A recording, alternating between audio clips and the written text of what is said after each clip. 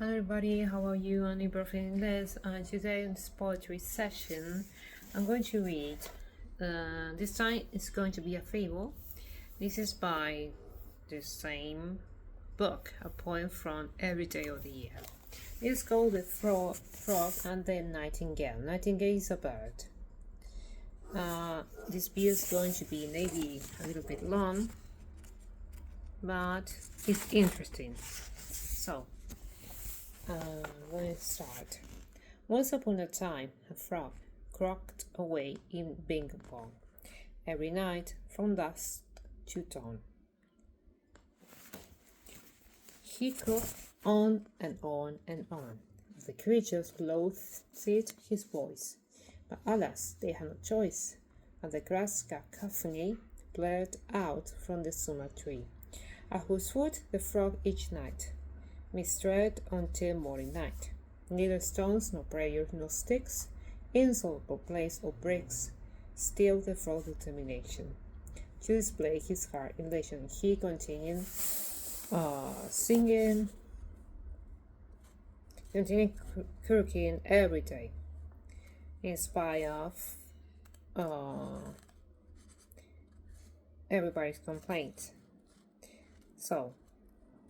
But one night, a nightingale is a bird, sunbird, in the moonlight cold and pale, perched upon the summer tree, casting forth her melody. Dumbstruck sat the gaping frog, and the whole admiring bog stared toward the summer rapt, and, when she had ended, clapped. Dogs had swan, and arrows waited to her as she serenaded, and a solitary loon wept between the sun and moon, toes and tails until the capture. But her voice cheered on in rapture, bravo, too divine, encore. So the nightingale once more, quite unused to such applause, sang till dawn without a pause. Next night, when the nightingale shook her head and twitched her tail, closed an eye and fluffed a wing, birds fluff means like a plane, but in this case they fluff, they blow their wings. And had cleared her throat to sing. She was startled by a croak. Sorry, what do you spoke? She inquired when the frog hopped toward her from the bog. Hop means that there. Frog hop means jumping, like a real jump. Yes, the frog replied. You see, I'm the frog who owns this tree. In this bog, I had long been known from my splendid baritone. And of course, I wield my pen from bog trumpet now and then. Did you like my song? Not too bad, but far too long. The technique was fine, of course, but it lacked a certain force. Oh, the nightingale confessed, greatly flattered and impressed that a critic of such note had discovered her art and throat. I don't think the song's divine, but, oh well, at least it's mine. That's not much to boast about, said the hairy frog. It's like he is underestimating the nightingale, I guess. Without proper training, such as and few others can supply, you remain a mere beginner. But with me, you'll be a winner. He's a little bit envious of the nightingale. Dearest frog, the nightingale breathed. This is a fairy tale, and you're Mozart in disguise. Can't you act before my eyes while I charge modest fee? Oh, but it won't hurt, you see. Now the nightingale, inspired, flushed with confidence, and fired with all art and adoration, sang, and was a huge sensation. Animals for miles around flocked towards the magic sound, and the frog with great precision counted head and charged a mission. He was doing it for his own benefit. I guess he didn't care about his singing at all. So next morning it was raining. He began her vocal training. But I can't sing this weather. Come, my dear, we sing together. She put on a scarf and sash. Gouache. So the frog and nightingale shone it up and down the scale for 6 hours, till she was shivering. and her voice was hoarse and quivering. She was shaking, and her voice wasn't as good as it was. As I said before, the frog was envious of this nightingale.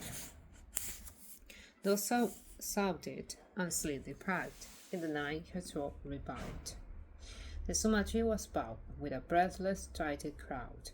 All Sandwich, Jack of Kent, Mother and my Lady Trent, Martin Cardinal Mephisto, and the good of Monte Cristo. Ladies with tiaras glittering, in the interval so twittering, and the frog sobbed and glittered with a joy both sweet and bitter. Every day the frog who saw her sons for silver tried to scold her. Again he's underestimated the nightingale. You must practice even longer, till your voice like mine grows stronger. In the second song last night, you got nervous in mid-flight. My dear, lay on more trills. Audience, when showing such thrills, you must take your public happier, give them something sharper, snappier. We must aim for better billings. You still owe me 60 shillings. Day by day the nightingale grew more sorrowful and pale. Night on night her tired song sipped and trilled and bounced along, till the birds and bees grew tired at a voice so uninspired. The nightingale, my opinion, was depressed because he lost his inspiration, his magical voice, because of the frog's envy. And the ticket of his cross crashed, and she grew morose. For her ears were now addicted to applause quite unrestricted, and to sing into the night, all alone gave no delight. Now the frog puffed with rage. Brainless bird, you are on the stage. Use your wits and follow fashion. Puff your lungs out with your passion. Trembling, terrified, she fell. Blind with tears, the nightingale carried him out of silence. Tried, puffed up, burst a vein, and died. So the frog tried to teach her, but she was a stupid creature, far too nervous, far too tense, far too prone to influence. Well, poor bird, she should have known that your song must be your own.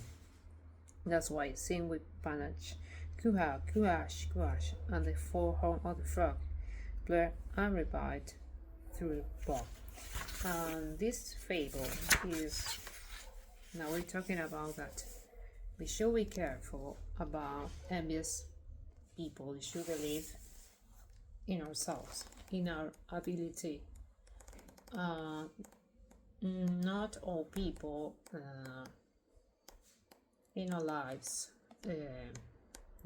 give us a helping hand. Others just envious because of what we are or what we have, because of our ability, our capacity. Maybe we have an ability that is outstanding and amazing, and others don't have it. They can never achieve it, even though they are envious. So this fable is talking about that we should believe in ourselves. We should be careful what other people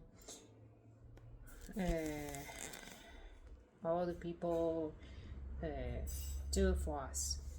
I mean, no, people is not, I'm not saying that there are some that then don't give us a helping hand, then are helpful. They're just envious for what we are, for what we can become in our lives.